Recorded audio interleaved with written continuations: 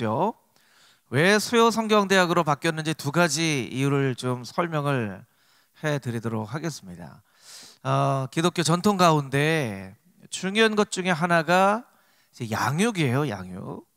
예배도 있고 봉사도 있고 교제도 있지만 양육, 또 훈련, 이것이 기독교 전통 가운데 아주 중요한 한 가지 기둥입니다. 그런데 금호중앙교회에서 이제 양육, 훈련을 하려다 보니까 이제 소그룹 성경 공부도 해보기도 하고 하지만 사실은 뭐 시간대도 그렇고 봉사하시고 나서 오후 시간에 좀 피곤하시기도 하고 소그룹 양육을 했더니요 진짜 소그룹으로만 참여를 하시고 또 듣는 분들은 또 계속 들으시고 안 듣는 분들은 하나도 안 들으시고 이제 양육에 있어서 특별히 이제 성인 양육에 있어서 이거 뭔가 좀 돌파구가 필요하다 이런 생각이 들어서 이제 수요 예배에는 성도님들 많이 오시니까 이 수요 예배 시간을 통해서 조금 이제 양육을 하면 좋겠다, 훈련을 하면 좋겠다 이런 이제 생각을 했고요.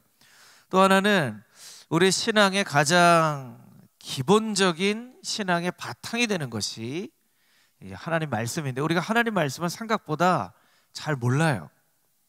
그러니까 반석 위에 세운 집이 아니라 모래 위에 세운 집이 되어질 가능성이 높은 것이죠. 여러분 신앙생활을 왜 하죠? 신앙생활을 왜 합니까?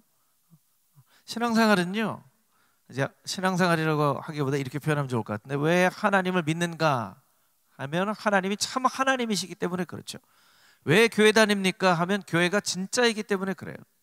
하나님이 좋으신 분이시고 선하신 분이신 것도 맞지만 여러분 좋고 선하게 해주는 것은 하나님 말고도 다른 어떤 영적인 존재도 우리에게 막 복을 주는 것처럼 그렇게 해요.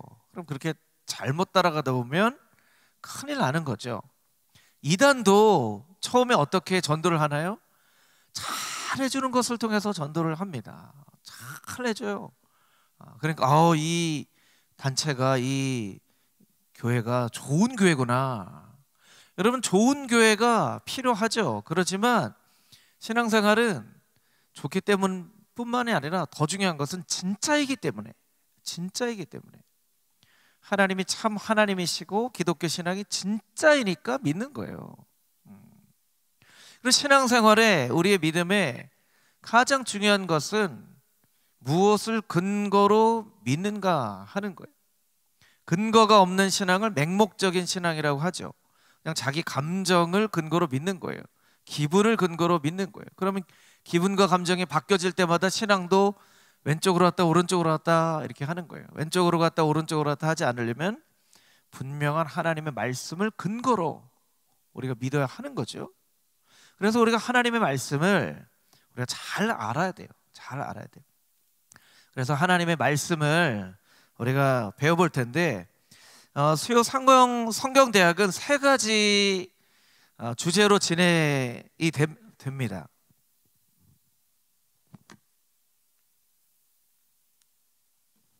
이제 앞으로 수요 성경대학 어떻게 진행이 되냐면요, 이제 성경에 대하여, 또 하나는 이제 교리에 대하여, 또 하나는 역사에 대하여.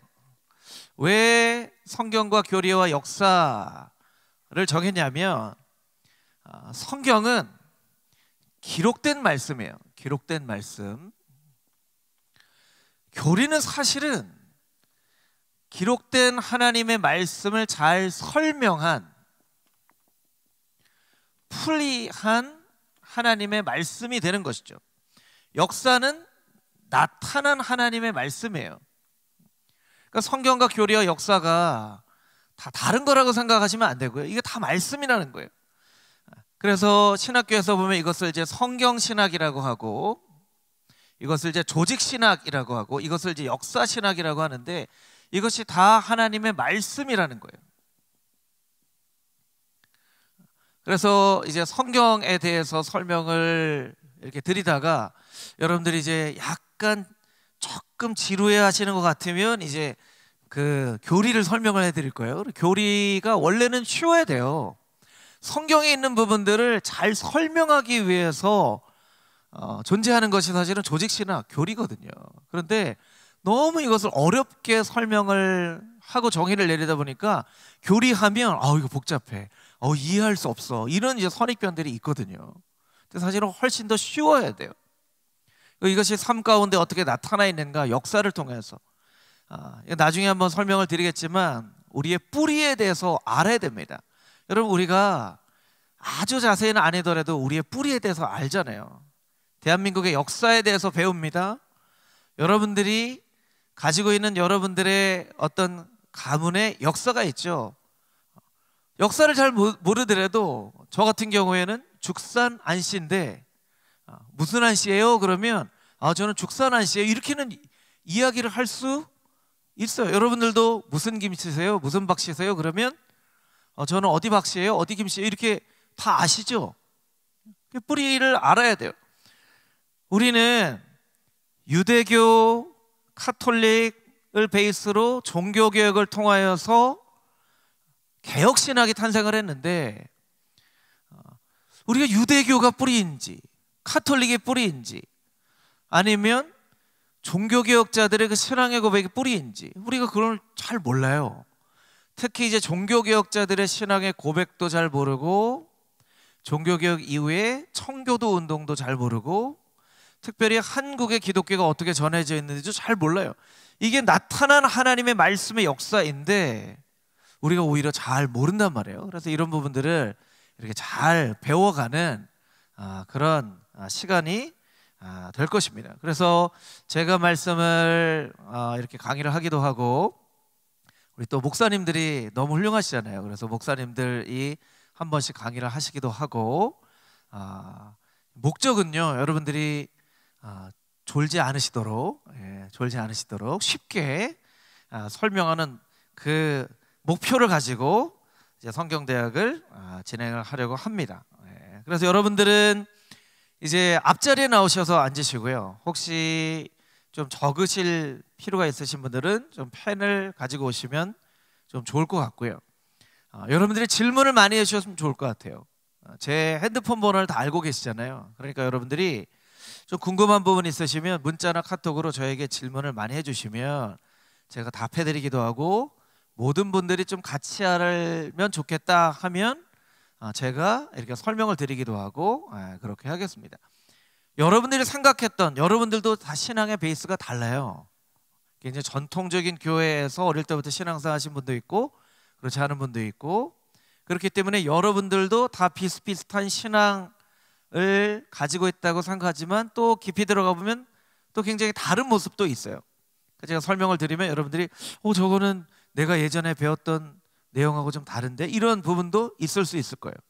그럴 때 여러분이 저에게 어떻게 질문을 해주셔야 되냐면 목사님 그렇게 강의를 해주셨는데 목사님이 말씀하신 그 내용의 근거가 무엇인지 좀 설명을 해주세요. 이렇게 여러분이 질문해 주시면 좋을 것 같아요.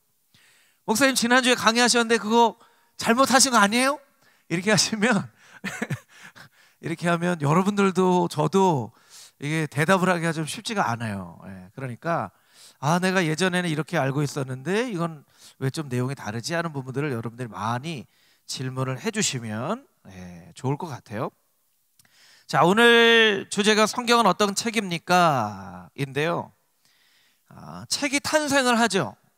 여러분들에게 책을 한 권 작년 말에 봉사하시는 우리 봉사자들에게 선물로 드린 책이에요. 아마 많은 분들이 이미 읽어보시고 또 안 읽어보신 분들도 있을 텐데요. 오늘 대답을 잘 하시는 분들께는 또 선물로 한 권 드리도록 하겠습니다. 다 가지고 계시나 봐요. 별로 안 좋아하시는 것 같은데. 홍정희 대표님이 쓴 고마운 친구 에젤이라고 하는 책이에요. 이 책이 태어났어요. 그러면 이 책이 어떻게 태어났는가를 한번 생각을 해볼 필요가 있다는 거죠. 여러분, 책은요 절대적으로 이 책을 쓴 사람에게 속해 있는 거예요. 그렇죠? 홍정희 대표님이 에젤에 대해서 어떻게 책을 좀 써야 되겠다라고 막 생각하고 기도하고 자료를 모으고 한 그 저자에게 책이 속해 있다라고 이야기를 할 수 있습니다. 또 한 가지는요, 문학을 좀 배우다 보면 문학의 평론이라는 것을 좀 공부를 하게 되는데요. 뭐 예를 들면 햄릿, 로미오와 줄리엣은 셰익스피어가 쓴 책이에요. 그러니까 셰익스피어 저자가 굉장히 중요하죠. 그런데 이 책이 많은 사람들에게 사랑을 받으면 이 책은 셰익스피어의 책이기도 하지만 이 책을 읽은 많은 대중들의 책이기도 하다, 이렇게 얘기를 합니다.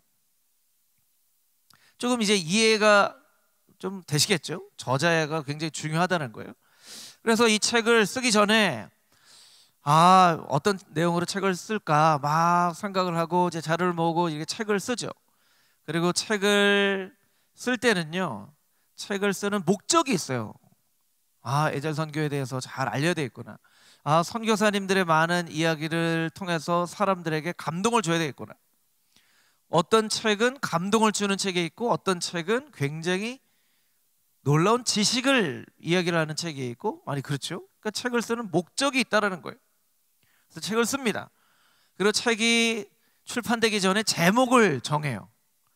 이 책을 어떤 제목으로 할까? 그래서 홍정희 대표님이, 목사님 이 책 제목이 이런 게 있는데 어떤 제목으로 하면 좋을까요? 그래서 저는 이런 제목이 좋은 것 같은데요. 또 많은 사람들한테 한번 물어보시면 좋을 것 같은데요. 해서 이 책이 고마운 친구 에젤이라는 제목이 되었어요. 그리고 책이 나오면요, 사람들에게 사랑받는 책이 있고요, 그냥 사라지는 책이 있어요. 사랑받는 책을 보통 베스트셀러라고 하죠. 책을 이런 목적을 가지고 냈는데 그 목적이 맞은 거예요. 이 책을 감동을 주기 위해서 책을 써야 되겠구나 하는데 사람들이 정말 책을 읽으면서 감동을 받아요. 보통은 일반 서적, 지금은 어떤지 모르겠는데 한 2만 권 정도가 팔리면 베스트셀러가 된다고 해요. 기독교 서적은 조금 더 시장이 작기 때문에 한 10,000권 정도 팔리면 베스트셀러가 된다고 해요. 한 번 책을 찍을 때 한 2,000권 정도 찍거든요. 그러니까 한 5번 정도 찍으면 이건 베스트셀러야, 이렇게 생각을 합니다. 그래서 사랑받는 책들이 있다라는 것이죠. 이것은 그냥 우리가 상식적으로 한 책이 탄생하기까지의 과정을 설명을 드린 거예요. 여러분, 성경을 우리가 이해할 때 그냥 너무 딱딱하고 정형화된 그런 생각으로 성경 이렇게 생각하는 것보다 한 책이 탄생을 하기까지 과정과 똑같은 과정을 통해서 성경이 탄생을 했거든요. 이런 관점을 가지고 그냥 여러분들이 한번 생각을 해보시고 질문을 해보시면 성경을 이해하는데 굉장히 큰 도움이 됩니다. 자, 그러면 성경은 어떻게 탄생을 했는가? 성경의 저자, 한 가지 좀 설명을 드리면, 이런 책도 있고요, 이런 책은 이제 저자가 중요하죠. 그런데 저자가 중요하지 않고 편집자가 중요한 책들도 있어요. 예를 들면 천일야화라고 하는 아라비안 나이트는요, 저자가 있는 것이 아니라 중동 지방의 많은 이야기들을 모아서 낸 책이에요. 그 책은 저자가 아니라 이미 있는 이야기들을 잘 모으는 것이 중요합니다. 그것도 이제 성경의 굉장히 중요한 관점 중에 하나가 되기 때문에 설명을 드립니다. 자, 이제 성경으로 한번 들어가 볼까요? 성경의 저자는 누구이죠? 성경의 저자는 누구예요? 성경의 저자, 여러분 자신 있게 대답하셔도 돼요. 네. 어려운 질문 아닙니다. 하나님이시잖아요. 하나님의 감동으로 됐다는 것은 하나님이 쓰셨다는 거예요. 자, 강의 안에 있는 디모데후서 3장 16절 말씀 우리 같이 한번 읽어보도록 하겠습니다. 시작. 모든 성경은 하나님의 감동으로 된 것으로 교훈과 책망과 바르게 함과 의로 교육하기에 유익하니. 모든 성경은 하나님의 감동으로, 하나님의 감동은 하나님의 숨으로 이루어졌다라는 거예요. 하나님이 저자시라는 거예요. 그런데 여러분, 창세기 1장 1절에 보면, 창세기 1장 1절에 이렇게 돼 있죠. 태초에 하나님이 천지를 창조하시니라. 아니, 하나님이 쓰셨는데, 하나님이 쓰셨으면 창세기 1장 1절에 어떻게 되었어야 돼요? 태초에 내가 이렇게 돼야 되는 거죠. 내가 천지를 창조했다, 이렇게 돼야 되는 거예요. 안광국 목사가 책을 썼는데 이 책에 안광국 목사는 이러면 그건 뭐가 안 맞잖아요. 이거 안광국 목사님 쓴 거 맞아? 안광국 목사님 썼다고 그러는데 왜 안광국 목사는 이렇게 돼 있지? 내가 이렇게 돼 있어야지. 성경을 하나님이 쓴 책이 맞습니다. 그런데 하나님께서 사람들의 달란트를 사용하셔서 성경을 기록하게 하셨어요. 그래서 강의 안에 보면 어거스틴이 이런 이야기를 했죠. 하나님께서는 성경 안에서 인간을 통하여 인간의 방식으로 말씀하셨다는 거예요. 이 어거스틴이 한 이야기예요. 자, 그래서 그 위에 보면 이런 설명이 있죠. 성경은 하나님의 말씀이자 동시에 인간의 기록입니다. 두 가지를 우리가 주의해야 되는데, 성경의 거룩함을 훼손하는 일도 하지 말아야 되고 성경을 우상화하는 일도 경계해야 됩니다. 설명을 드릴게요. 성경의 거룩함을 훼손하는 일, 예전에 성경을 막 연구하던 학자들이, 아니 성경에 하나님은 우리의 상식을 존중하시는 하나님이신데 성경에 너무 상식적이지 않은 일들이 너무 많지 않아? 상식적인 일들을 한번 다 빼봅시다 했더니 성경이 이렇게 얇아졌어요. 통독하기에는 좋겠죠, 성경이 이렇게 얇아지면. 그래서 그것을 비신화화라고 하는 그런 신학적인 용어로 이야기를 합니다. 그래서 신화적인 내용을 다 뺐다는 거예요. 신화적인 거, 아유 홍해 건넜겠어, 아유 홍해 물이 어떻게 갈라져, 이거 신화적인 거 빼고, 나사로가 살아났대, 아유 나사로가 어떻게 죽은 사람이 살아나, 이거 빼고, 그렇게 뺀 그런 그 학문을 연구하는 그런 사람들도 있었어요. 성경의 거룩함을 훼손하는 일이죠. 반면에 성경 자체를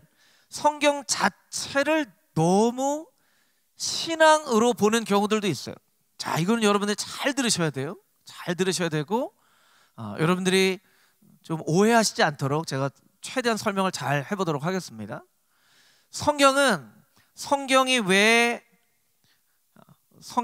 무오하다, 성경 무오설에 대해서 많은 그 역사를 통해서 이야기가 되는데, 왜 성경이 무오하다라고 생각을 했냐면, 하나님은 무오하신 분이시다. 무오라는 말은 뭐 설명 안 들어도 아시겠죠? 성경은 하나님의 말씀이다. 그래서 성경은 무오하다, 이제 이런 믿음을 가지고 있었어요. 뭐 역사적으로도 오래됐지만 사실은 성경의 무오설, 성경의 글자 하나하나가 무오하다라는 신앙이 굉장히 기독교 전체적으로 퍼진 것은 사실은 그렇게 역사가 길지 않습니다. 역사가 길지 않아요. 한 6, 70년 정도밖에 안 돼요. 그런데 여러분, 성경은 하나님이 쓰셨지만 하나님이 누구를 통하여 쓰셨다고 설명드렸죠? 인간을 통하여서 쓰셨다고 설명을 드렸어요. 그러면 인간에게는 오류가 있나요, 없나요? 인간에게는 오류가 있어요. 만약에 성경이 무오하다라고, 성경 한 글자 한 글자가 무오하다라고 설명을 하게 되면, 그럼 하나님이 인간을 사용하셔서 성경을 쓰셨는데, 그러면 쓰임받은 그 인간이 무오한 인간이 되어지는 거예요. 논리적으로 보면 그렇다는 거예요. 자, 여기에서 벌써 목사님 이상하게 설명하는 거 아니야? 옛날에는 그렇게 안 배웠는데. 여러분들이 예전에는 그렇게 배우셨을 거예요. 예전에는 축자 영감설이라는 것을 많이 배웠거든요. 하나님이 그냥 말씀해 주시면 사람은 그냥 받아 적었다라는 거예요.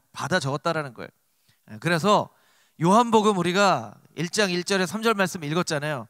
자, 요한, 이제 내가 요한복음 너한테 불러줄 거야. 받아 적어. 태초에 말씀이 계시니라. 그럼 요한이 태초에 말씀이 계시니, 이렇게 성경을 기록했다라고 믿었던 그런 신앙도 있었어요. 그런데 성경을 이렇게 보다 보니까 이게 분명히 하나님께서 성경이 번역되어져 가는 여러 가지 과정들 가운데서 하나님께서 분명히 개입하시고 역사하셨는데, 여러 가지 숫자가 맞지 않거나 구절이 맞지 않거나 사람이 맞지 않거나 이런 맞지 않은, 성경과 성경 자체가 서로 맞지 않은 그런 내용들이 너무너무 많이 나타나게 되거든요. 그리고 여러분, 성경은요 1500년 동안 쓰여졌어요. 자, 우리나라가 지금 2024년인데 1500년 전에 우리나라 한번 생각을 해볼까요? 그러면 그때가 언제일까요? 그럼 삼국시대가 되나요? 삼국시대 사람들 생각하고 우리의 생각하고 같을까요? 틀릴까요?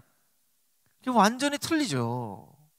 그러니까 성경에는 그런 시간의 차이에 따라서 나타나는, 그 시대에는 맞았지만 지금 이 시대에는 이게 맞지 않는 그런 부분들이 있거든요. 자, 그 밑에 강의안을 보시면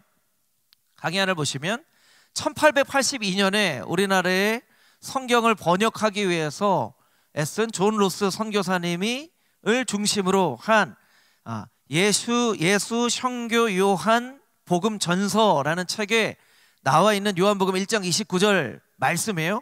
하나님의 양새끼, 이게 뭐냐면 어린 양이에요. 하나님의 어린 양을 그 당시에는 어떻게 표현했냐면 하나님의 양새끼, 세상의 죄진 자를 보라, 이렇게 번역을 한 거예요.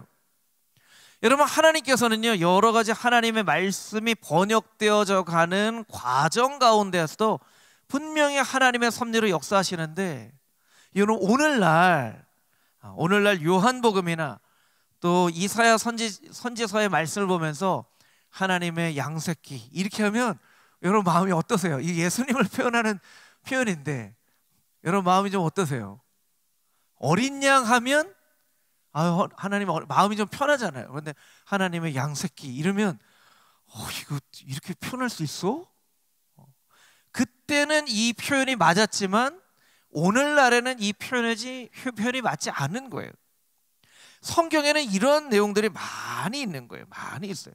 그래서 우리 대한예수교 장로의 헌법 신조편의 1항에 보면 어떻게 나와 있냐면 이렇게 나와 있어요. 신구약 성경은 하나님의 말씀이니 신앙과 행위에 대하여 정확무호한 유일의 법칙이다, 이렇게 설명을 하고 있어요.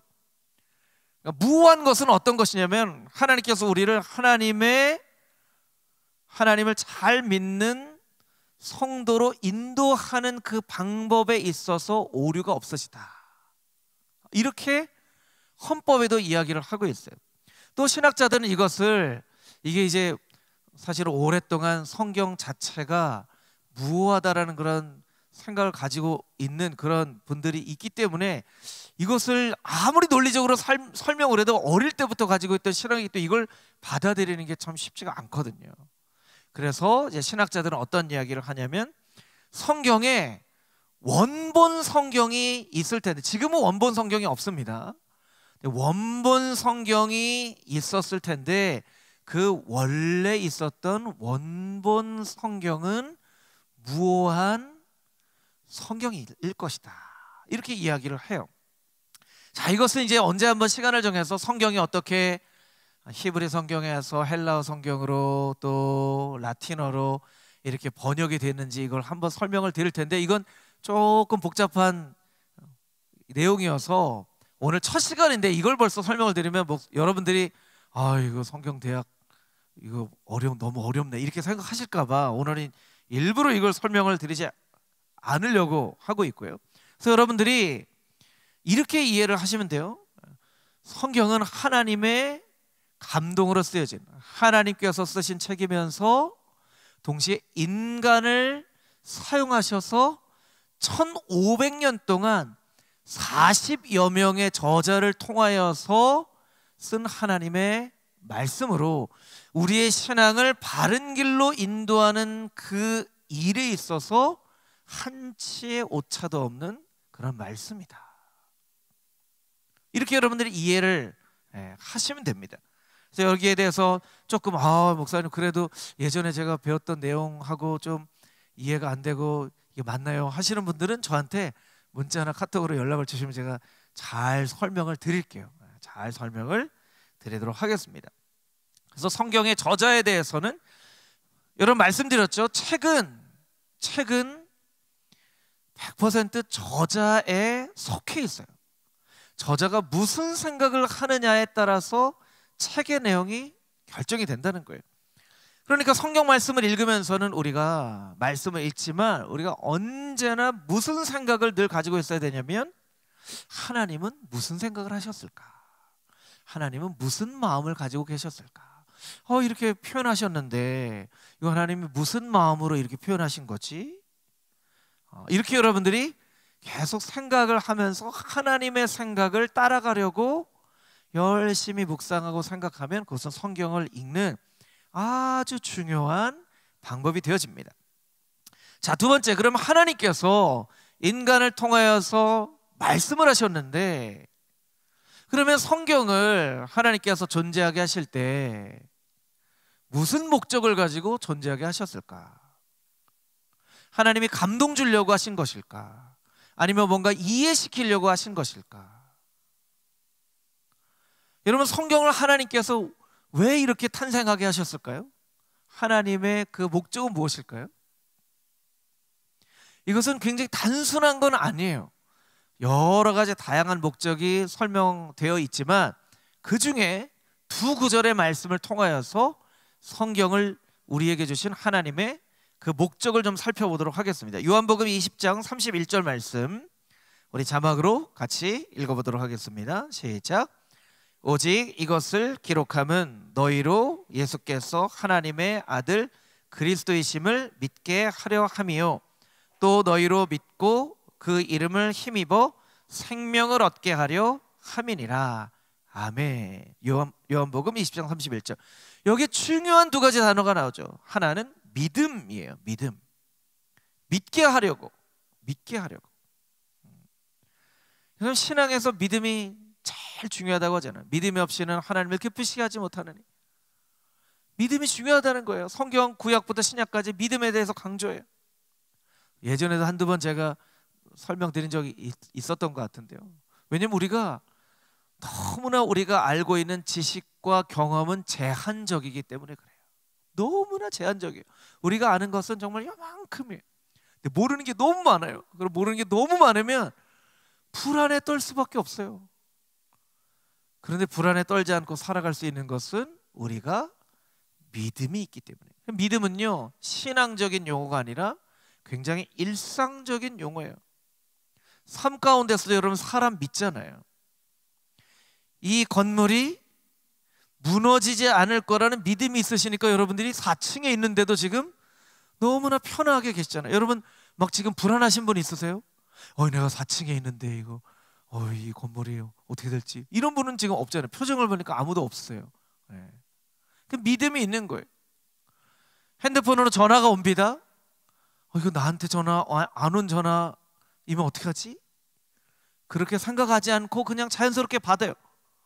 당연히 나에게 온 전화겠지라는 믿음이 있기 때문에 그래요. 어떤 과학적인 방법을 통해서 저기 멀리서 나에게 전화를 건 이 통화가 나에게 오는지 우리가 다 몰라요. 그런데도 우리가 믿음이 있으니까 전화를 받는 거예요. 자, 믿음을 이야기합니다. 성경은 믿음을 위해서 하나님께서 우리에게 주신 것이라네요. 그런데 그 믿음은 무엇과 연결이 되어져 있냐면 생명과 연관이 되어져 있어요. 여러분 꼭 기억하세요. 믿음은 반드시 생명과 연관이 되어져 있어야만 됩니다. 따라해 보겠습니다. 믿음은 반드시 생명과 연관되어 있어야 한다. 어떤 사람 믿음이 좋아요. 너무 잘 믿어요. 당신은 뭐 때문에 믿습니까? 근데 대답을 못해요. 그럼 그 믿음은 정말 건강한 믿음인가? 그렇게 우리가 생각을 해볼 필요가 있다는 거예요. 하나님께서 왜 예수 그리스도 구세주를 이 땅 가운데 보내주셔서 그 이름을 믿는 자에게 구원을 주셨는가? 그 구원이 영원한 생명으로 연결되어지기 때문에 그래요. 여러분, 단순히 우리가 구원은요, 살아났다라는 뜻이에요. 살아났다. 여러분, 살아났는데, 살아났지만 우리가 또 죽잖아요. 나사로가 죽었는데 살아났어요. 근데 나사로가 또 죽잖아요. 그러면 우리가 살아난 것이, 구원받은 것이 무슨 의미가 있냐는 거예요. 영원한 생명으로 연결이 되어져 있기 때문에 그 살아난 것이 의미가 있는 거예요. 구원은 영생과 함께 연결되어져 있어야 의미가 있는 거예요. 그렇지 않으면 10번 살아나도 결국에는 죽을 것이면 그 살아나는 것은 의미가 없다는 것이죠. 그래서 기독교 신앙은 영원한 생명에 대해서 말씀하고 계시고, 성경은 그 생명에 대해서, 예수 그리스도를 믿는 믿음과 영생에 대해서 우리에게 알려주시고자 하는 목적이 있다는 거예요. 또 하나, 디모데후서 3장 16절 17절, 우리가 잘 아는 말씀이죠. 우리 같이 읽어보겠습니다. 모든 성경은 하나님의 감동으로 된 것으로 교훈과 책망과 바르게 함과 의로 교육하기에 유익하니 이는 하나님의 사람으로 온전하게 하며 모든 선한 일을 행할 능력을 갖추게 하려 함이라. 아멘. 17절에 하나님의 사람으로 온전하게 하며 모든 선한 일을 행할 능력을 갖추는 목적으로 성경의 말씀을 우리에게 주셨다라고 이야기를 하고 있어요. 자, 앞에 읽은 요한복음 20장 31절 말씀, 영생은 앞으로 살아갈 인생이에요. 앞으로 살아갈 인생. 디모데후서 3장 16절 17절 말씀은 지금 살 인생에 대한 말씀이에요. 우리가 호흡이 붙어있는 동안에는 이 땅 가운데 하나님의 사람으로 온전하게 되어서 하나님의 뜻을 이 땅 가운데 이루어가는 선한 일을 행하는 사람이 되어야 하는데, 그 방법은 하나님의 말씀을 열심히 읽고 교훈을 얻고 책망을 받고 바르게 교육을 받고 의로 교육을 받는 것을 통하여서 우리가 이 땅 가운데 그런 삶을 살아가게 된다는 거예요. 그러니까 성경의 말씀은 이 땅의 삶을 위해서, 앞으로 살아갈 삶을 위해서 하나님께서 우리에게 주신 말씀이라는 거예요. 그것이 성경 두 구절을 통해서 살펴본 성경의 목적입니다. 뒤로 한번 넘겨보실까요? 뒤에. 자, 성경의 이름, 여러분에게 보여드렸던 이 책의 이름은 고마운 친구 에젤이에요. 이 책의 제목을 정하는데 굉장히 고민을 많이 하고, 하여튼간 오랜 시간에 걸쳐서 제목을 정했어요, 홍정희 대표님이. 그런데 고마운 친구, 에젤은 고마운 친구라는 것을 이야기를 하려고 하는 거예요. 자, 성경이라고 되어 있는 이 제목은 성경이라고 하기도 하고 성서라고 하기도 하죠. 경은 경전이라는 뜻이죠. 경전. 성서는 책이에요. 거룩한 책이에요. 그러니까 성경이 성서보다 조금 더 어떤 신학적인, 교리적인 그런 부분들이 강조되어 있는 것이죠. 그냥 성서라고 하면 그냥 거룩한 책, 이런 의미인데, 성경은 더 어떤 신앙의 내용들이 담겨지는 경전, 이런 뜻이거든요. 히브리어로 보면요, 하세파림 이렇게 되어 있어요. 그 의미는 the books, 그냥 책들이에요. 여러분, 성경의 책 제목이요, 굉장히 너무나 평범하죠. 너무나 좀 실망스러울 정도로 평범해요. 그냥 책들이에요. 책들. 그냥 여기저기 책들이 있잖아요. 그럼 우리가 여기 책들 많다 할 때 그냥 그런 책들이에요.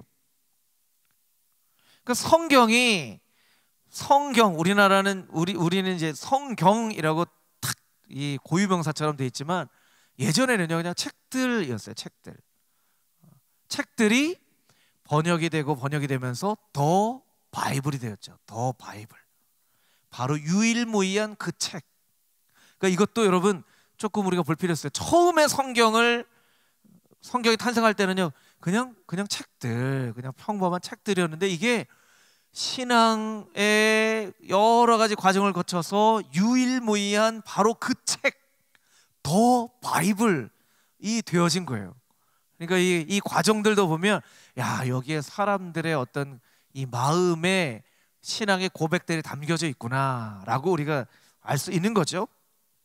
자, 성경은요, 어떤 책인가? 네 번째 설명입니다. 인류 역사상 가장 사랑받는 책이에요. 2017년 통계를 보면요, 성경은 670개국의 언어로 번역이 되어 있다고 합니다. 그런데 한 나라에도요, 공식적인 언어가 있지만 여러 부족의 그런 말들이 있죠. 여러 말. 우리나라는 사실은 한 언어를 쓰지만 다른 나라에 가보면 한 나라 안에서도 말이 안 통하는 그런 사람들이 있어요. 다 말이 다르기 때문에. 그래서 670개 나라의 언어로 번역이 되어 있지만 성경 전체가 번역된 말을 보면요, 1521개, 이거는 한 개 국이 아니고요, 한 개의 언어로 번역이 되어 있다라고 합니다. 이건 한 개 국을 이렇게 X 해주시면 좋을 것 같아요. 예. 1521개 언어로 번역이 되어 있고요, 또 일부만 번역되어진 그런 언어를 보면 1121개, 그러니까 전체적으로든 부분적으로든 약 한 3300개의 언어로 성경이 번역이 되어졌다라는 거예요. 성경이 역사상 얼마나 많이 발행이 됐는가, 그것은 사실은 계산하기가 어렵습니다. 지난 한 50년간의 통계를 놓고 보면 50년간 약 40억 권의 성경이 발행이 됐다고 해요. 역사적으로 보면요, 한 수백억 권이 발행이 되지 않았을까라고 추정을 합니다. 추정을 해요. 그래서 이것이 얼마나 대단한 숫자인지를 보기 위해서 역사적으로 성경 다음으로 가장 많이 발행이 된 책은요, 모택동 어록이에요. 모택동 어록. 세 번째 많이 발행된 건 해리포터 시리즈. 자, 이거 여러분 한번 생각을 해볼까요? 책을 만든 목적이 있다고 말씀드렸죠. 감동을 줄 건지 아니면 지식을 전달해 줄 건지. 자, 모택동 어록은 어떤 목적으로 쓰여진 책 같으세요, 여러분? 감동을 주기 위해서 쓴 책처럼 생각 들으세요? 좀 정치적인, 그렇죠? 정치적인 목적을 가지고 공산주의나 어떤 사회주의를 이렇게 지지하기 위해서 좀 만든 책 같이 보여지죠? 이 책 읽는 사람은 이 모택동 어록 너무 재미있고 감동적이고 막 은혜가 되고 막 이렇게 읽을까요? 아니면 어떻게 읽을까요? 이건 뭐 상상할 수밖에 없지만 막 그렇게 읽지는 않을 것 같아요. 그렇죠? 해리포터 시리즈는, 여러분, 해리포터 시리즈는 어떤 목적을 가지고 썼죠? 이건 재미를 위해서. 특별히 어린 아이들, 해리포터 막 보면요, 어린 아이들이요, 저희 아이들도 막 어릴 때 해리포터 시리즈 보면 막 되게 신기했는데, 막 빗자루 타고 막 날아다니기도 하고 막 마법을 하고 뭐 주문이 있더라고요. 촥 하면 뭐가 사람이 뜨기도 하고 하더라고요. 근데 여러분, 해리포터도 굉장히 대단해요. 4억 권 정도가 발행이 돼요. 4억 권 정도가. 대단하죠. 그런데 성경은 50년간만 해도 40억 권이 발행이 됐다는 거예요. 자, 이걸 왜 설명을 드리냐면요, 아브라함 봤어요? 어떤 책을 썼는데 이 책이 사라져 버렸어요. 그 의미는 뭐죠? 이 책을 쓴 저자는 감동을 주기 위해서 책을 썼는데 이 책이 감동이 된다는 거예요? 안 된다는 거예요? 감동이 안 된다는 거예요. 저자는 막 감동을 주려고 책을 썼는데 사람들이 읽어보고 이 책 별로 감동도 없네, 그럼 안 읽어요. 안 사요. 어떤 사람이 이 책은 정말 사람들에게 중요한 지식을 전달하기 위해서 책을 씁니다 하고 했는데 사람들이 막 사요. 그러면 정말 그 책에는 사람들에게 필요한 지식이 담겨져 있는 거예요. 여러분, 하나님이 사랑의 마음과 또한 영원한 생명으로 하나님의 자녀들을 인도하시고 싶은 그런 마음과 여러 많은 마음을 가지고 책을 이렇게 다 쓰셨는데, 사람들이 그 책을 보면서 이거 별로 감동도 없네, 이거 뭐 내용도 없네, 그리고 안 읽으면 사실은 어떻게 보면요, 하나님이 인간들에게 자유의지를 주셨기 때문에 안 읽으면 그만이에요. 어떻게 보면 우리가 지금 예배 자리에 이렇게 많이 나와서 앉아 계시지만, 사실은 안 나오면 예배는요, 억지로 나오게 해서 예배를 드릴 수는 없어요. 그렇잖아요. 근데 이렇게 많은 사람이 성경을 읽었다고 하는 것은 그 하나님의 마음을 사람들이 잘 깨달아 알고 하나님의 마음과 사람의 마음이 잘 통했다는 거예요. 그럼 역사적으로 성경을 읽었던 그 많은 사람들이 성경 가운데에서 발견한 것들은 무엇인가? 그래서 이제 앞으로 성경대학을 통해서 우리가 찾아가야만 되겠죠. 조금만 더 설명을 드리고 마치도록 하겠습니다. 두 번째, 성경의 다양한 형태, 세 가지 소주제가 있습니다. 말로써 존재하는 성경, 드라마, 의식, 예전으로 존재하는 성경, 삶으로 존재하는 성경. 제가 설명을 드렸죠. 성경신학은 기록된 말씀이고, 조직신학은, 교리는 풀이된 말씀이고, 역사신학은 나타난 말씀이다. 말씀드렸어요. 자, 앞을 좀 한번 봐주세요. 여러분들은요, 사실은 책을 읽는 세대라고 저는 생각을 합니다. 책을 읽는 세대예요. 성경책. 여러분들 집에 성경책이 최소한 몇 권씩은 있으실 거예요. 자, 요즘 청소년부 혹은 아동부, 너 성경책 왜 안 가져왔어? 이렇게 말을 못해요. 왜냐하면 애들 성경책이 어디 있죠? 핸드폰에 있어요. 여러분들도 성경책 가지고 다니시지 않는 분들도 있을 거예요. 아니, 핸드폰에 다 있는데. 이게 시대와 기술이 발달하면서 굉장히 사실은 가치에 대한 판단을 해야 되는데, 사실은 핸드폰에, 스마트폰에 성경책을 보기 시작하면서부터는 그때 막 이런 논란도 있었어요. 이렇게 가지고 다녀야 성경책이지, 핸드폰에 들어있는 게 어떻게 성경책이냐. 근데 지금은 그런 얘기 하시는 분들이 없죠. 저는 저보다 인생 선배님들이 훨씬 더 많으신데, 저는요 네이버 세대예요. 네이버 세대. 뭐가 궁금하면 네이버에서 찾아봐요. 네이버에서. 요즘 청년들은 어디서 찾아봐요? 어디서 찾아봐요? 유튜브에서 찾아봐요. 유튜브에서. 그리고 요새는요, 이렇게 하는 것도, 예를 들면 성경은 어떤 책입니까? 이렇게 타이핑을 치잖아요. 저 예담이 같은 경우는 어떻게 해요? 하이친이 성경 어떤 책인지 말해줘. 이렇게 하면 이게 또 말해줘요. 요새는 말로 하면요, 막 그림도 나오고요. AI가 아니라 이제는 어떤 시대가 됐냐면, 어떤 컬러로 어떻게 해서 이런 그림, 이미지 그려줘 하면 그림을 그려줘요. 이것도 실제로 여러분들의 지금 핸드폰에 쓸 수 있는 기능이에요. 그런 기능이 있어요. 지금도.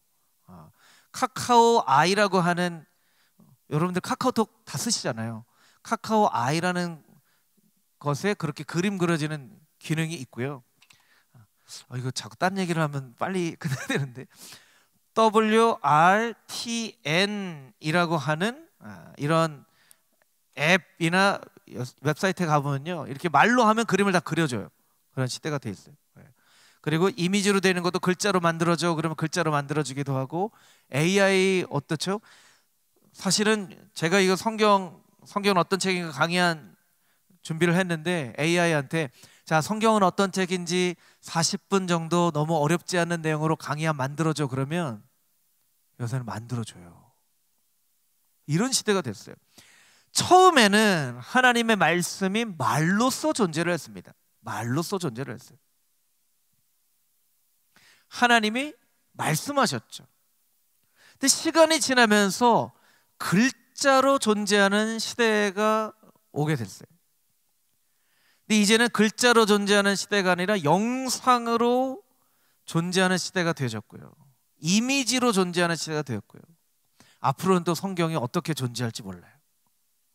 이제는 그냥 뇌에다가 칩을 이렇게 넣어서 성경하면 막 성경에 제사 그러면 막 그 제사를 드리는 막 향도 막 맡게 되고 막 소리도 막 들리고 이렇게 정말 입체적으로 막 성경이 막 보여지는 그런 시대가 될 수도 있어요.